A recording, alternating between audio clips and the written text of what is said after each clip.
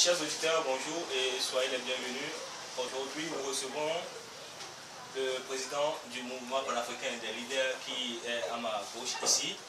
Et comme vous le savez très bien, nous recevons des gens qui justement peuvent nous informer de ce qu'ils font dans leur mouvement, dans la mesure de leurs moyens et pour l'avancement de la jeunesse en général.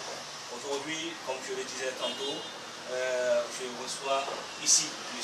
Prince Katakagnon Baoualiou, président du mouvement panafricain des leaders. Et donc nous allons avoir une petite entretien avec lui sur ce que fait le mouvement, comment le mouvement fonctionne au Togo et en Afrique en général. Et en grosso modo, nous allons essayer de discuter sur ce que vraiment est le MPL. Donc, chers auditeurs, soyez les bienvenus et soyez à l'écoute. Monsieur Prince Katakagnon Baoualiou, soyez les bienvenus dans notre émission. Merci. J'ai tout à l'heure envie de vous poser la question, de vous présenter aux éditeurs pour qu'ils vous connaissent. Merci. Alors, je tiens à vous remercier, monsieur Ariati Célestin, pour l'intérêt particulier que vous portez quand même à notre mouvement, le mouvement panafricain des leaders, c'est-à-dire la fédération togolaise, dans un sens où aujourd'hui vous faites vraiment un grand travail à pouvoir permettre aux gens de savoir ce que c'est que le mouvement panafricain des leaders. Alors, je me présente comme je suis Katakagnon Baoualiou, premier responsable du mouvement panafricain des leaders, fédération togolaise. Alors, je suis enseignant à ESA, École supérieure des affaires. Je suis responsable de l'ONG United Wisdom, qui veut dire l'Union fait la force. Ensemble, on est plus fort. Alors, voilà un peu ma petite personne. Ok, monsieur Katakagnon, voilà. Et d'entrée de jeu, qu'est-ce que le MPL? MPL veut dire Mouvement panafricain des leaders. Alors, MPL veut dire un mouvement qui réunit les jeunes africains pour essayer de leur permettre de connaître l'idéologie de l'Afrique.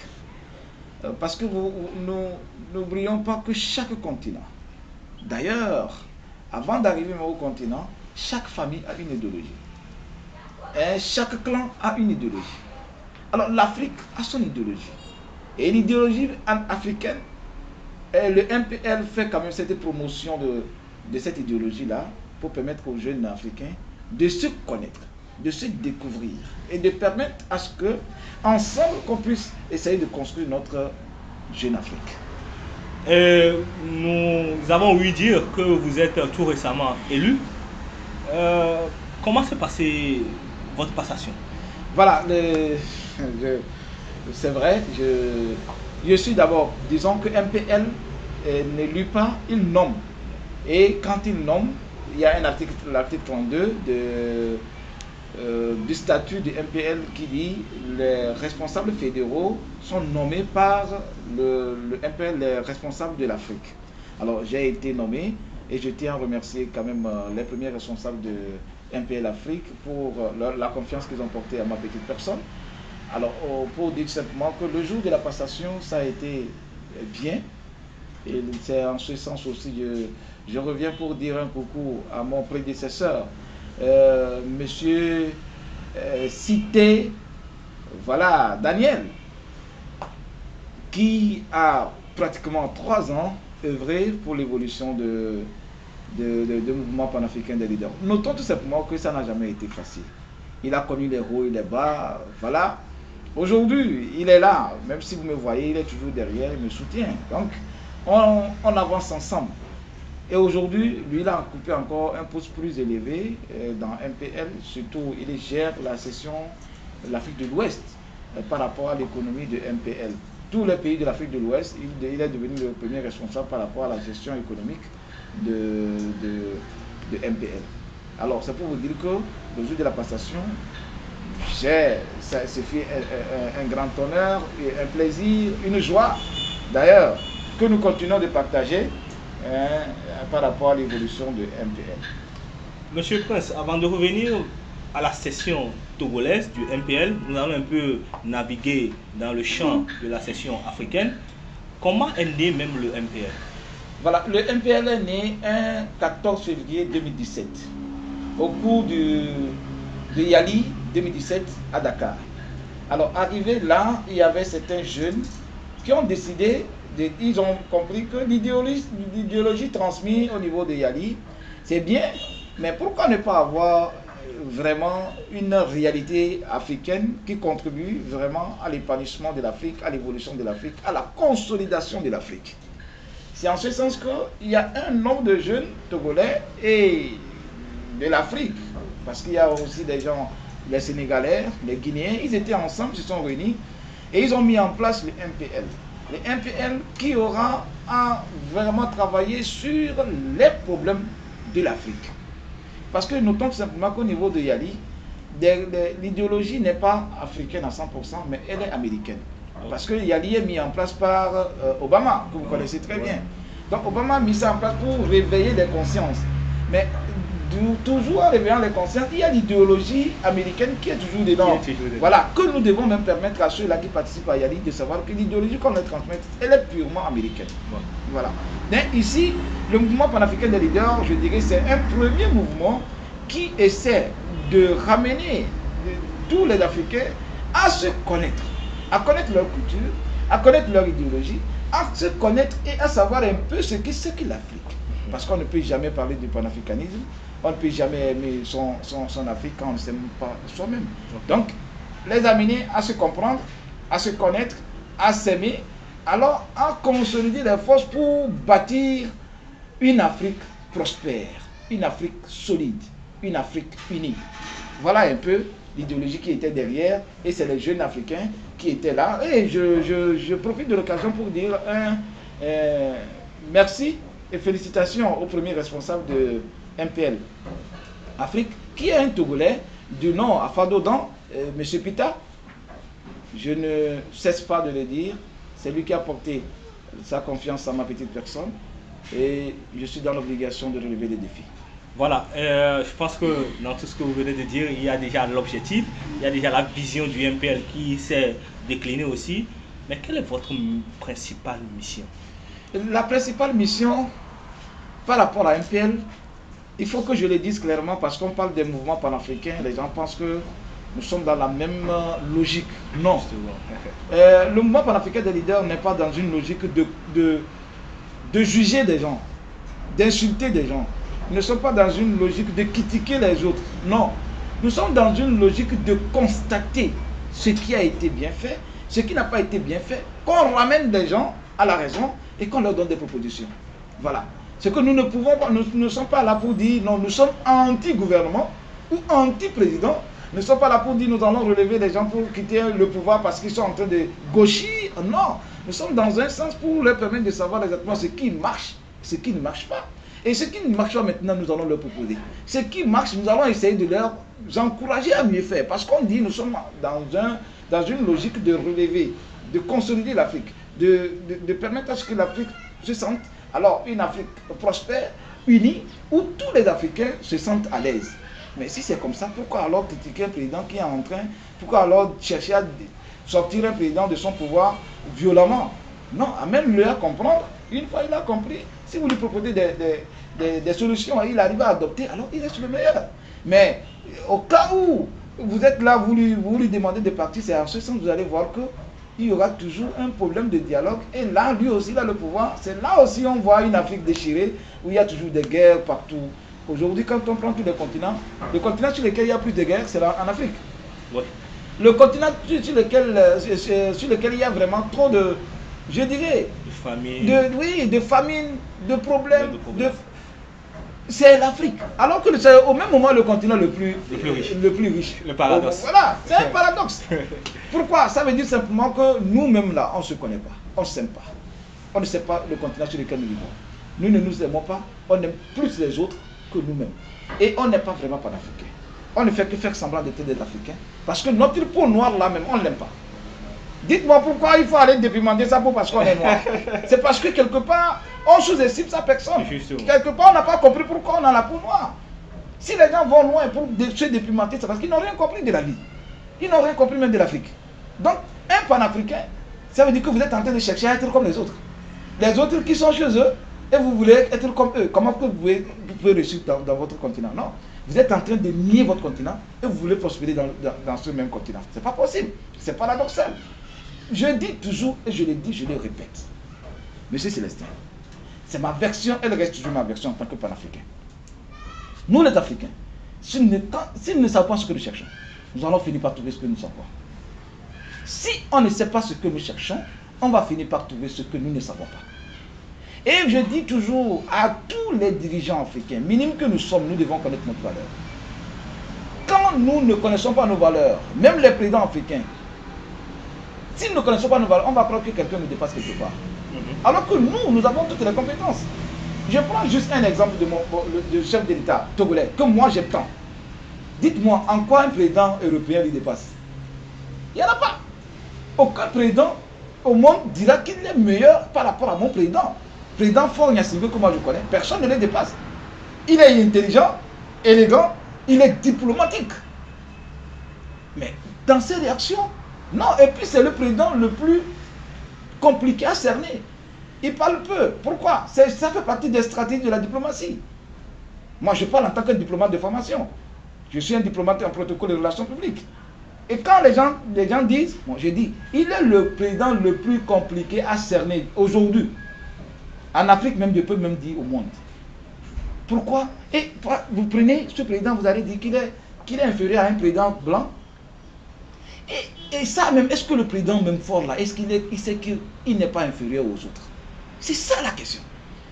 Je sais qu'il est panafricain. Est-ce que lui-même il sait qu'il n'est pas inférieur au président des États-Unis? C'est à partir du moment où on va s'en rendre compte que nous tous, même les présidents africains, ils sont supérieurs. Ils ne sont pas inférieurs aux autres présidents. C'est à ce temps que notre Afrique peut développer. Justement. Pourquoi? Parce qu'ils ont tendance à croire que c'est les autres qui peuvent ramener la paix chez nous. Ils ont tendance à croire que c'est les autres qui peuvent développer l'Afrique. Et quand c'est comme ça, on ne va jamais avancer parce qu'on sous-estime notre personne et nos compétences sont là, en train de dormir, parce qu'on compte sur quelqu'un qui puisse venir nous faire. Et la personne en venant vient toujours avec cette idée un peu cachée, ses intérêts. Et les gens, jusqu'à ce qu'ils se rendent compte qu'ils ont signé des contrats, ils ont signé des papiers qui, après quelques années, attrapent la jeunesse qui vient. Ouais. Ça les rattrape et puis c'est que c'est signé par d'autres et c'est nous qui payons après. Ouais. C'est ce que nous vivons. Et ça fait que l'Afrique ne peut pas décoller si nous ne changeons pas de mentalité. Monsieur le Prince, parlant du changement de mentalité, pensez-vous qu'aujourd'hui, la jeunesse africaine, sur la jeunesse africaine, il y a un travail à faire spécialement sur ce changement de mentalité? Parce que quand nous voyons les coachs en développement personnel, tous ceux qui se disent panafricains et tout ça là, on dit que le problème de l'Africain c'est le changement de mentalité. Comment au mouvement panafricain des leaders vous concevez ça? Oui, et je suis parfaitement d'accord par rapport au changement de mentalité. Je suis parfaitement aussi d'accord quand les gens pensent qu'il faut complètement changer de mentalité, oui. Mais le changement de mentalité doit commencer par la connaissance de soi. Ok. Le changement de mentalité doit commencer par... là, ça m'intéresse. la découverte de son origine. Parce qu'il ne sert à rien de parler de changement de mentalité quand on ne se connaît pas, quand on ne connaît pas son origine, quand on ne sait pas d'où on sort. Parce que la plupart des temps, quand vous ne savez pas d'où vous sortez, ça devient compliqué de savoir là où vous allez. C'est pourquoi je réitère encore. Quand nous ne savons pas ce que nous cherchons, nous allons finir par trouver ce que nous ne savons pas. Et je le dis toujours à tous les dirigeants africains, à toute la jeunesse africaine. On doit savoir ce que nous cherchons. Et ça nous aidera à trouver ce que nous voulons. Sans ça, c'est le contraire. Alors, je réitère encore, et ça c'est aux dirigeants de toute l'Afrique. Minime que nous sommes, nous devons connaître nos valeurs. Et je reviens pour dire, cette mentalité même, un président africain qui se connaît ne peut pas aller faire la courbette devant un président blanc. Si. Voilà. C'est quand on ne se connaît pas, qu'on fait la courbette devant un président blanc parce qu'on a besoin de tel et tel.